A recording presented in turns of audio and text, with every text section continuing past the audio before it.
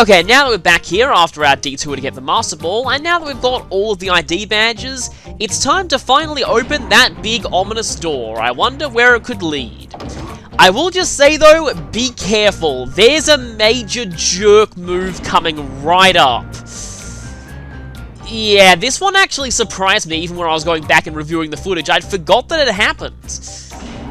So anyway, we need to go back over here. This is where we saw all those indents in the walls, so...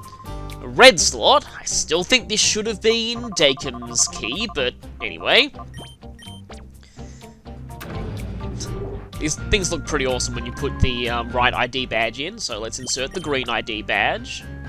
Here's the other benefit of doing the bosses in the order that I did. It's that you can just go from left to right across the wall here, and the items will be in the right order in your bag. But anyway, after inserting all of them, the door is open. And we can't examine... well, we actually can, but we get nothing from it. So, if we try and go through the door, though... yeah, they put a ceiling peon here! How long has that guy been waiting there? That's a pretty disturbing thought. But anyway, it's Cipher Peon Diog. And he's doing his best imitation of Guzma. Well, long before Guzma existed. And well, Masquerade's not going to serve him as well as it would Guzma, because Masquerade doesn't have base 100 special attack in this generation, it only has like 80. Does have the Intimidate ability, though. I still don't really know why they gave Masquerade Intimidate, although admittedly it's probably referencing a lot of insects that have patterns on their wings to scare away predators. I know a lot of butterflies do that. Like the Bog Beast butterfly. I love Magic School Bus, well, at least I used to as a kid. Yeah, I guess Sol will do pretty well against that Ariados, though Dan Green would definitely be the best for this fight. So not really that much else to say for now, except that this guy likes bug types. I just want to... really? Well, that's at least marginally better for you than it is for most other users of that move. Please don't hit Espeon. Oh no. That could be a one... no, I wasn't even anywhere close to a one-shot. That's a relief. But, yeah, that actually does help you a bit, because your whole team is weak to fire. So at least it's better than, you know, water type using Water Sport. Now, hopefully, Ariados gets one-shotted by this. And it did. And once again, Ariados slams the ground with its leg in frustration. I still love that fanning animation. Heracross, though. And this is a Shadow Pokemon, though admittedly this isn't that significant of a Shadow Pokemon compared to... oh crap, that was bad. Yeah, well, thank goodness this is a Pokemon that has weak special attack, otherwise that could have been disastrous. And speaking of disastrous, Sol is definitely gone here. Yeah, physical Silver Wind, ouch. Please don't get the everything boost, by the way, that would be really bad. Okay, you didn't, but yeah.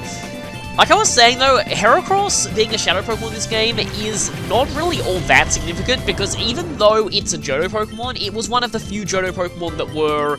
I just realized that Metacham's confusion is a perfect way to weaken this Heracross, but it was one of the few Johto Pokemon that was actually available in Ruby and Sapphire. It was a Safari Zone Pokemon. It was, I believe, in one of the zones you required. I think it was in the Acrobike area, and then Pinsir was in the Muck Bike area. Pinsir and Heracross are kind of interesting, because they're... okay, this is going to hit really, really hard, by the way. Critical's going to hit even harder. Yeah, I am not surprised that one-shot, and Heracross is brutally strong. But yeah, Heracross and Pinsir, they're interesting and they form a duo despite not being introduced in the same generation. They've got kind of similar stat distribution, just rearranged a little bit. They usually appear in similar areas, and that should give you an indication of how pathetic Masquerade is in this game. And they both got a Mega in Gen 6, so, like I said, kind of counterparts, even though Pinsir was originally meant to be more of a counterpart to Cipher. Although, admittedly, in Japanese culture, the types of beetles that Pinsir and Heracross are both based on traditionally are often associated as rivals. You see that in a lot of media. But there goes Masquerade.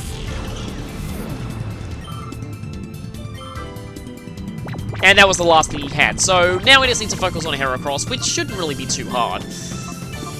Seeing as it's the only thing left, and don't accidentally use my Master Ball. And this right here, I believe this is the last time we ever need netballs during the main story. I should probably just protect. Either call or protect is really the best thing Entei can do. I'm kind of worried about it knocking out the Heracross. Anyway, though. 1, 2, 3. Heracross gets. A long, long time ago, bug types were seen as the laughingstock among Pokemon, with very few finding success outside of the very, very early parts of the game. Then one day, a hero arose, giving new hope to the type, the first sign that bug types could actually be good. This hero's name was Heracross! Now we're really getting into fitting Shadow Pokemon for the final area of the game. Famous for being the first really good bug type, Heracross combines massive power, surprisingly decent special bulk, and slightly above average speed, at least by Gen 3 standards, to make one of Gen 3's greatest powerhouses. And add to this, Heracross gets an amazing signature move, Mega Horn. Can you believe that before this existed, the best bug-type move was Twin Needle? Sadly, this Shadow Heracross doesn't start with Mega Horn, but it'll learn it in time for the final battles of the game, and it will really help. Mega Horn is just a great move.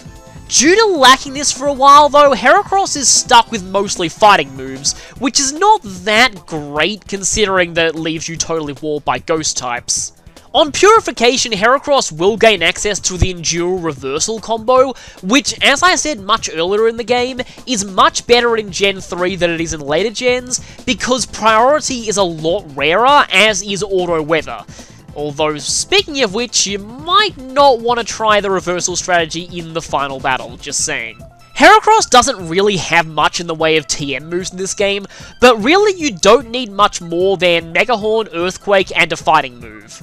Of the two abilities, Guts is preferred, but Swarm isn't terrible, giving a nice boost to Mega Horn if you get into the right HP threshold. Thinking about it, Heracross might be one of the only Gen 3 Pokemon to actually make decent use of Swarm. And that's kind of sad. Heracross was arguably one of the best physical attackers in Gen 3 competitive play, so that should give you a good idea of how great it is. It does, once again though, suffer from coming so late into the game. Because of this, I'd say that Makuhita, Meditite, and even Hitmontop are probably more useful as fighting types for this game's main storyline. But if you are going to be making any last-minute additions to your team, Heracross is highly recommended because, well, it's just that good.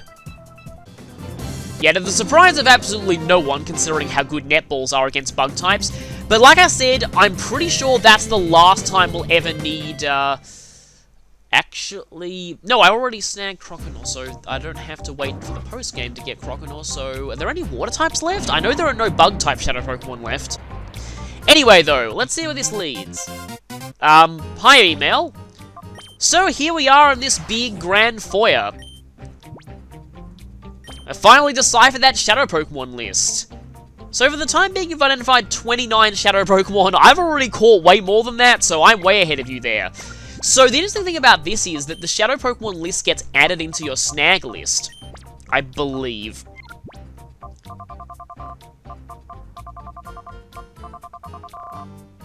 Yeah, so currently we have, on the list, we have Delibird, Sunflora, and Heracross, all of which I've already snagged. We also have two of the Shadow Pokemon that we could have snagged earlier in the game, but didn't choose, and a Shadow Metagross, which we have no further leads on. So, this is at least kind of interesting. I do wish that you got this snag list update much earlier in the game than this. It would have given you nice, like, foreshadowing of future Shadow Pokemon, but unfortunately, I'm just going to quickly scroll through that list just so I can get all of the yellow out of it, because I believe yellow means a new entry. So for now, we've seen and snagged. Also, yeah, so the normal Pokeball icon means you purified it. The purple Pokeball icon means it's still a Shadow Pokemon, obviously. But anyway, I'm a little weakened. I probably go back to heal now. Yeah, I go back to heal. Cutting ahead. Okay, so we're back here. And hi there.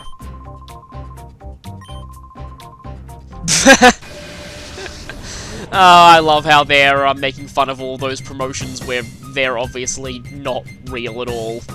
So many of those on the internet. But anyway, we get our prize for being the fake 1000 visitor. It's a battle. And this guy is pretty weak. In fact, I happen to have the perfect 2 Pokemon to be fighting him. Yeah, because I can just Giga Drain that Graveler, and I can Hijunk Kick the Nuzleaf. So this should hopefully not be... Well, at least I didn't try and Hijunk Kick the Graveler. Oh. Please don't hit Kick Face. Of course you did, and you got a critical hit as well. Fake Out is always annoying, especially in double battles where it can be a very useful move to take one Pokemon out of the action for a turn. Unless they run Inner Focus, which makes Inner Focus... Of course you go for a Double Protect. Inner Focus is one of those abilities that you don't see that often in singles because it's rarely that useful, but considering how common Fake Out is in doubles... You crit me, I crit you back. Fitting revenge. And yeah, we have a totally new battle background for this area, which is pretty awesome. Hariyama! Guess Medicham gets to go up against its rival. The other Pokemon you'd probably consider for your main Shadow Pokemon if you're playing... Well, your main Shadow Fighting type if you're playing this. Focus Punch. Oh no, I know what you're trying to do. Please don't hit Jump Off. Thank you. Because if you did, that Focus Punch would have gone off. But yeah, the Fake Out Focus Punch combo is actually kind of a good strategy, because it ensures that only one thing can potentially disrupt Focus Punch that turn. However, that one thing that wasn't Fake Out, it just happened to be a 4-time super effective attack, so Graveler goes down without getting a chance to even use Focus Punch. Something that I should mention is, there are a lot of sources that describe, I guess this is tangent, you're gonna use Fake Out too, I just know it. Because Lombre often likes to use Fake Out too. But yeah, so many sources that, I guess this is tangentially related to Fake Out, but many sources describe, of course you would, is this also going to go for Kick Face? No, it's not, surprisingly. But anyway, many sources that describe the move Focus Punch say that the user flinches if it gets hit, which admittedly is what the move's description in the Gen 3 TM says. However, losing your focus from getting hit when charging Focus Punch is not flinching in any way, shape, or form. And that's important, because some people might end up mistakenly thinking, oh, if I have Inner Focus, I can't get flinched. Because I know that I read a while ago the description of Inner Focus on Cerebi said, does not prevent flinching with Focus Punch. Hopefully this won't, I mean, unless you have Sleep Talk, Guts isn't going to be affected by this. I think some Hariyamas did run Sleep Talk, though. But yeah, the description said, does not prevent flinching with Focus Punch, and I always felt that doesn't make sense, because Focus Punch, it's not flinching. It doesn't even say you flinch. I know that some of the descriptions in the move say the user flinches if hit, but to all intents and purposes, it's not flinching. Anyway, I just needed to get that rant out of the way, because I don't like it when people assume incorrect things about moves like that.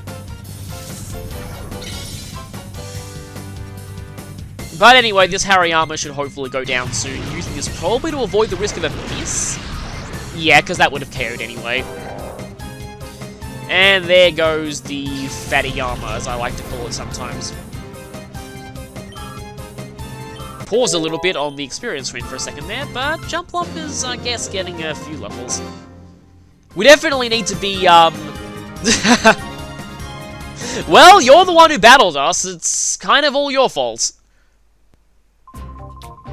Yeah, I need to grind a lot more in order to take on the final battles. But for now, we should be able to... I guess I'm just going to use some healing items here. Also, I need to buy a lot more items. Kind of interesting that I'm not using the experience share, but... I guess it can be used to ensure that one Pokemon... Because if you give a Pokemon the experience share, and then... of course, another battle. Most of these battles here are optional, and they're mostly against random trainers that aren't affiliated with Cipher. Well, at least don't seem to be affiliated with Cipher, although they probably are. They're not Cipher peons, anyway. But, yeah, I'll need to do a lot more grinding before the final battles. And this battle is going to be a paradise for Kick Face, which is... Kick Face should be glad this isn't Gen 6, that Mawile isn't Fairy type, because otherwise it would be his worst nightmare in several ways. The first being that it would be super effective against him, but the other being that it would really take his spotlight as a pure power, well, huge power, but it's effectively the same ability. But yeah, making him pretty obsolete in terms of ability. But yeah, that's a double super effective, so goodbye, Laren. think that's probably the first time we're seeing them this playthrough. So I think my attack has gone up to 60 at this point. Matang, that is going to be a bit of a problem for Kickface. 60 would equal 120 when doubled, which I think is higher than what Dan Green has at this point. Oh, I'm sorry, Dan Green! Speaking of which...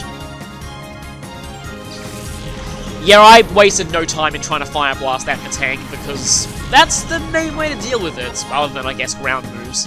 Because in this gen, Shadow Ball won't work on it. And once again, very glad Mawile isn't a Fairy type. Goodbye, Mawile.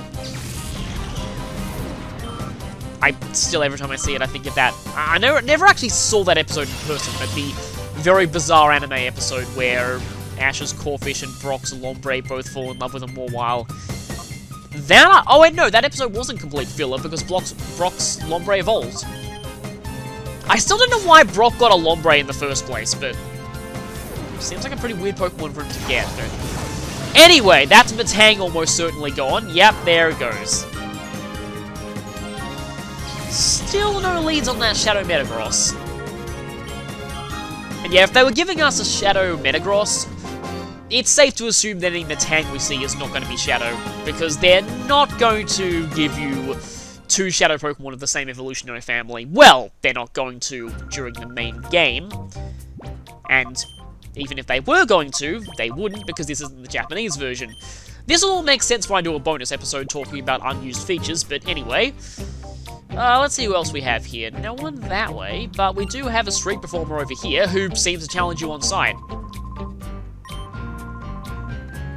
Okay, you're probably not connected to Cipher at all. You're just here for the fame. Street performer Looper. Quillfish and Seadra. I'm gonna hazard a guess and say you're using a Swift Swim team. Also, I find Seadra looks a little bit dodgy in this game. Kingdra looks pretty decent, but Seadra looks a bit... I guess that's because it's reusing its Stadium model, and then Kingdra would have the slightly improved Stadium 2 model as its basis. Or, again, Stadium 3 if you're in Japan. Still find that interesting. So, I don't know if I've ever really talked about this in detail, but Japan actually had one stadium that came before the English stadium, which only featured basically all the Pokemon that were good and competitive. It was pretty much designed as an actual live tournament vehicle, so it didn't have many unevolved Pokemon. Pretty much all the Pokemon in it were the most popular competitive ones, which in a lot of ways I actually find okay. A lot of people didn't like it for that reason, just because it didn't have all the Pokemon in it, which is part of why it got passed over for an English release. You don't even seem to be using Rain at all. But I mean, I don't know, to me I'm fine with it not having all the Pokemon, because I just don't like using most unevolved Pokemon. Well, before Eviolite was a thing, most unevolved Pokemon didn't really have much place in serious battles anyway. Although it could sometimes be fun to run unevolved teams. Yeah, so that was I believe, Dan Green leveling up there and only going up to 109 attack rather than 120. Why am I still using Confusion? Oh, because it's super effective. And yeah, my Hijack Kick would be not very effective against you. I need to teach Kickface some better moves, either Return or Shadow Ball. Shadow Ball would actually be great. Still got Feraligatr! Yeah, I remember being pretty surprised that she had this when I was first playing Colosseum. Because once again, I picked Bayleaf at my first playthrough. Don't think I really... Actually, I might have even used Meganium till the very end, because I know that I used Espeon, Umbreon, Suicune, and Entei, but I forget the other two that I used. I think the last slot was reserved for whoever I was purifying at the time. Please don't you... Okay. Well, you just KO'd your own artillery. Nice one. Of course, this Feraligatr using Earthquake and making everyone who played Gen... You critted your own artillery, not that it mattered. I love how Artillery's eyes go all rainbowy when it faints. It's kind of weird. It's kind of like how Venusaur's eyes go bloodshot whenever it gets hit, although that's actually kind of creepy. A lot of people have, well, I think probably my favourite description of how Venusaur's 3D model looked in, I think it was Battle Revolution, but I think also in this game, described it as a cross between a demented frog and a baby. Venusaur does look pretty weird in some of the 3D games. Well, I mean, at least you have a Feraligatr. Most people who have starter Pokemon are destined for fame, considering they're usually given to protagonists. It's always kind of cool whenever you see a random in-game trainer who has a starter Pokemon. They're pretty rare, but it's always a nice thing seeing them. Well, unless you're jealous because you don't have people to trade with to get the other starter evolutions. I'm so glad for breeding because, yeah, now it's so much easier to get access to starter Pokemon that you don't have. Wow, that is literally the first time this guy's been referred to as ex-member of Team Snag'em since those two Snag'em grunts back in Phoenix City. A lot of people wish the whole ex-Team Snag'em member thing was a lot more plot relevant than it actually was, because really they could have done so much more with the idea that your protagonist used to be a member of a villainous team, but they really didn't. So it's kind of a shame they didn't really do enough with that plot point. But anyway, Surf is probably not going to do very much to the Dom fan thanks to the damage splitting. I actually think Ice Beam would do more. Doing that much to a Quagsire is, well, admittedly. Actually, that Quagsire could have Water Absorb. What am I doing here? I was saying that admittedly Quagsire's defenses aren't actually that great. And, yeah, that didn't have Water Absorb. Rock Tomb is a TM that we don't actually have access to in this game, which is annoying because some Pokemon could really have used it. Particularly Pokemon like Hariyama and even Kickface, who I think learns Rock Tomb. Most fighting types learn Rock moves, but... Anyway, there was something that I was gonna say here that it slipped my mind for a bit. Something to do with... Oh yeah, Quagsire. Because it was interesting. Quagsire is a Pokemon that, when I was making its bio, I was surprised at how low its stats ended up being. Because Quagsire is a Pokemon that's actually achieved a bit of success in competitive play. And it's kind of interesting that it did so despite its stats being very mediocre. It's just the right combination of abilities, especially Unaware. Unaware definitely helps against boosting sweepers. Yeah, you're clearly a ground-type user. But I don't even know why I'm using Confusion, but oh well. Yeah, no, really, there was nothing...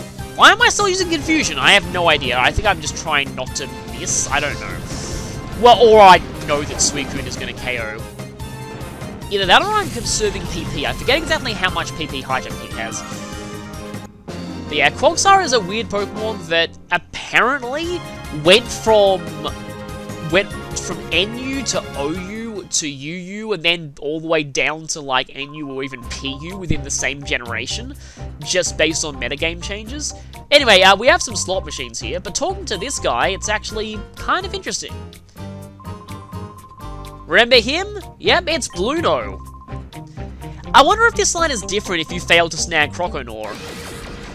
And if you didn't, he will have Croconaw here, so you do actually get a second chance to snag your Shadow Starter. But, unfortunately, you won't get a chance to get the other Shadow Starters until the post-game. So, he's evolved his Grumpig and his Muck. It is kind of a nice touch how we're fighting trainers that we fought at the very start of the game, with versions of their original teams just significantly improved. So yeah, this guy is whoever you fought back in Phoenix City, so it'll be Verde if you fought him, or Rosso if you fought him. So, kind of a nice touch there. Once again, Kickface's Spam and Confusion, even though it's not really gonna... Yeah, Muck, if I recall correctly, has great special defense. Well, that helped, at least. Just noticed that Muck's mouth texture looks really dodgy there. But you only really notice when it's zoomed in that much. Oh no. Well, the good news is this is physical, so Grumpig's not really going to be doing that much damage with it. The bad news is that he's still super effective. Well, you hit through Confusion, but then just went for Acid Armor. Muck is another one of those Pokemon that got vastly improved with its Alolan form. So that's one of the things that I like about Alolan forms. A lot of people don't like that they're all Kanto Pokemon, and to me personally, I would have preferred if there was some Johto Pokemon mixed in, because seriously, Johto Pokemon need boosts. If you haven't already been able to tell by all of the mediocre Gen 2 Pokemon in this game, some of which don't even have evolutions. Yeah, a lot of Johto Pokemon could really use regional forms that make them better, but Muck is a great example of that. Muck was really forgettable before it got an Alolan form, and now that it does have an Alolan form, it's actually a pretty big staple and competitive. Was that a double crit? So that's pretty impressive. But yeah, Alolan Muck is now a pretty common Pokemon in competitive play, when Muck really wasn't before. Oh yeah, Shadow Ball has a weird thing in this game about the fact that it still lowers special defense, even though it's a physical move. Crunch would actually get, I think Acid got changed in later generations when, because Acid lowered defense in this generation, because it was physical, and it actually makes sense because, Acid lowering defense, because it kind of, you know, corrodes their armor or things like that, but didn't really make so much sense when they changed Acid in later generations to lower special defense. I know that makes sense with it being a special move, but, like, what the move does makes more sense for it to be lowering defense. But Shadow Ball is really kind of dumb. It lowers special defense in this generation despite being physical. Crunch in this game also has a chance of lowering... Yeah, nice one there, KOing yourself. I kind of hope you do that. But yeah, Crunch in this game lowers special defense instead of defense. They actually changed that one to defense, and in that case, the change did make sense, because biting down on something with fangs is probably more likely to be a defense-lowering move than a special defense-lowering move. Speaking of which, I don't think we've seen what Crunch looks like in this game. It's actually kind of cool looking. And he vanishes, like many Cipher peons. That battle mainly exists to give you a second chance at snagging your Johto starter if you failed earlier in the game. But we'll be going into the subject of the Johto starters a lot more in the post-game, because since you saw them on the list, we are going to be able to attain the ones we missed.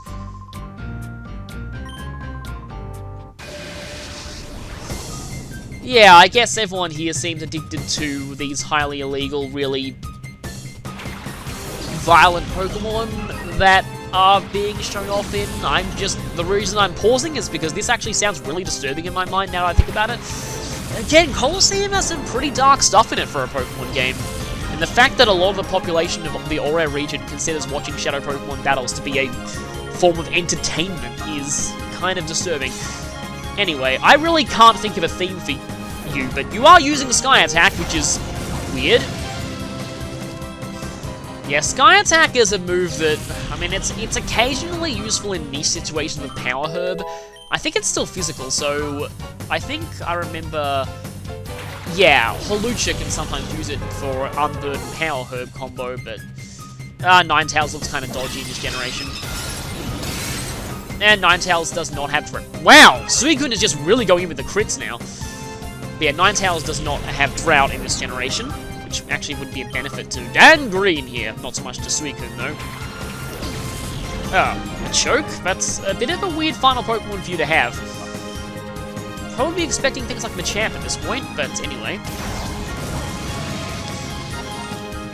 So yeah, I guess another thing that I can say about... Wow, you got completely one-shot by that, and the Machop line doesn't have terrible special defense, so that's pretty impressive. Why did you do that? That's kind of a weird thing to be doing.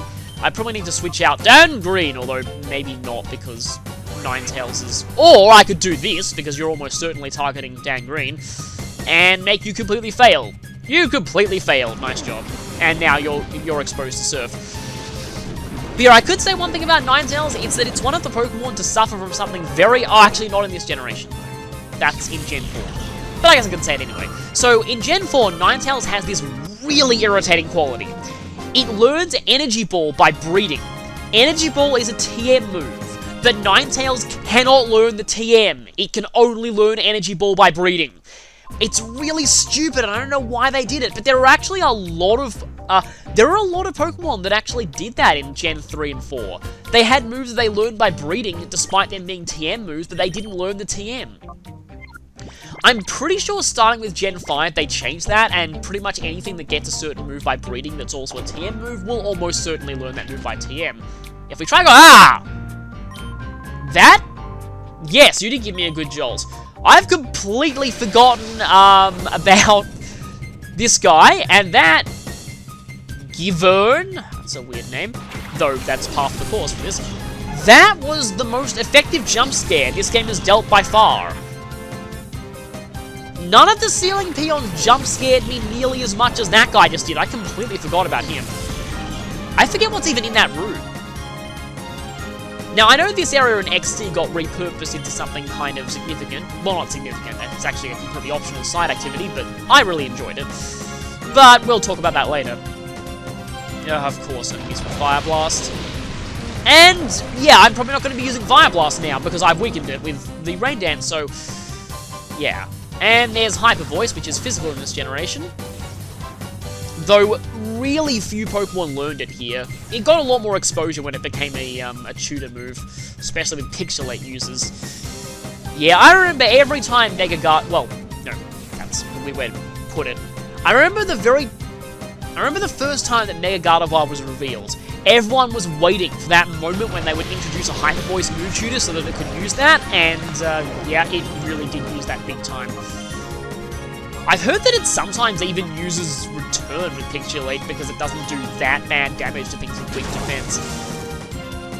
Yeah, those abilities were kind of overpowered. They did get justifiably nerfed back in, that was a weird video glitch there. They did get justifiably nerfed in Sun and Moon.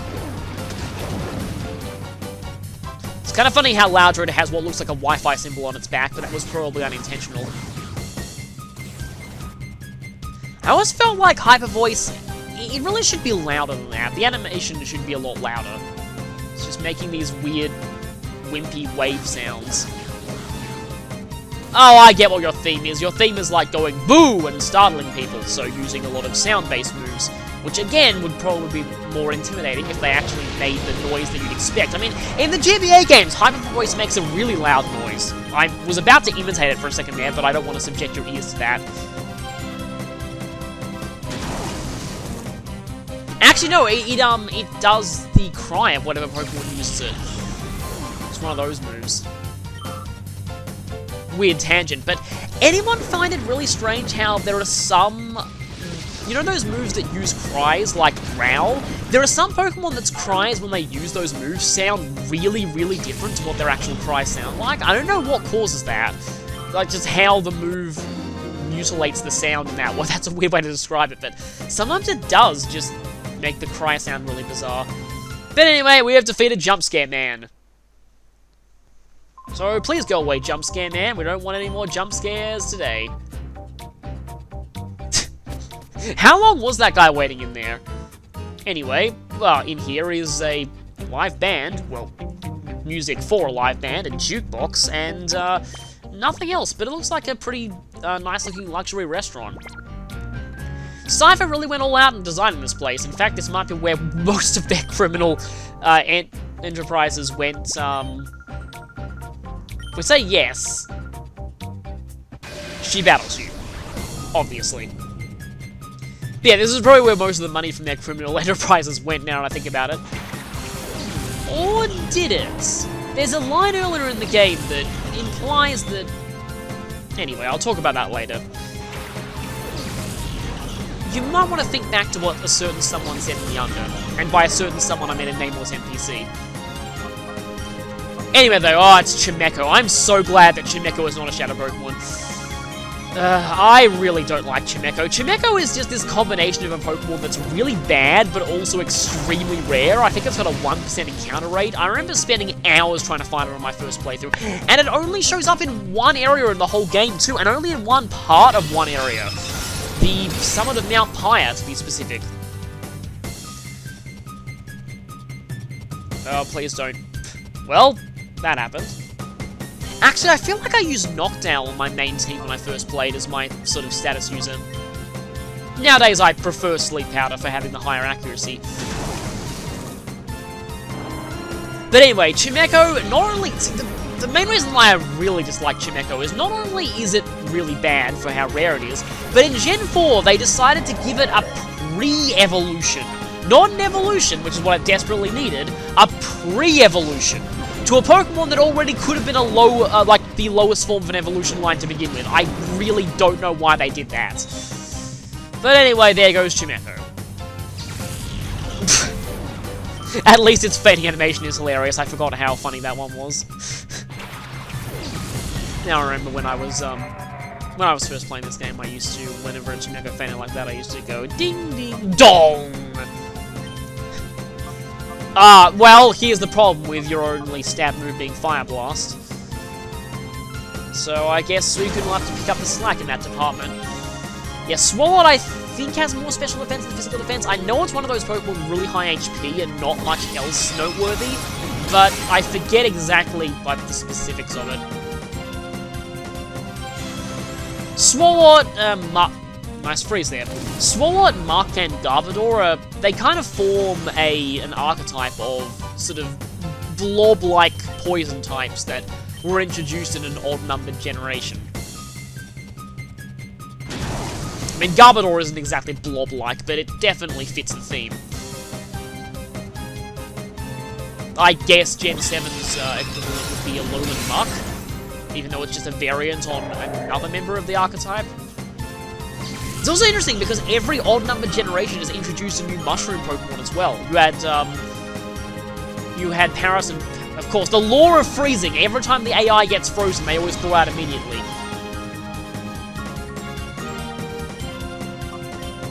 Okay, no everything boost. But yeah, Gen 1 had Paras and Parasects, Gen 3 had Shroomish and Breloom, Gen 5 had Fungus and Amoonguss, and Gen 7 has, I've forgotten their names entirely. The Fairy Mushroom.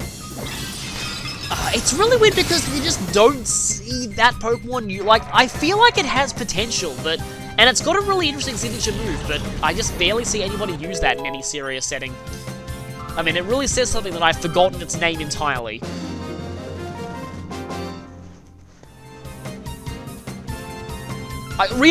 Nothing comes to me at all. I've completely forgotten its name. Yeah, I get the feeling that she, said Gochisaur-sama, in Japanese, but anyway. With that, we've cleared out this lower part of the main tower. And I think I'll be going to the rest of it next time, just because there's a pretty big fight coming up that is, let me just warn you, a huge difficulty spike compared to all these trainers here. So you want to be healed and prepared for that, you want to be saved before that. But after that, there's really just the final battles, and I'll talk about how I'm going to approach this later. I'll just say that after this, I'm going to have one more part that's going to be that fight, and a little bit from a grinding session where I show a special Easter egg in this game that I think a lot of people who are familiar with this game were hoping that I showed eventually. In fact, I was actually getting worried that Past Me had forgotten about it, since I hadn't seen it in any of these videos, but no, Past Me did do it, just not until the last possible moment you can do it.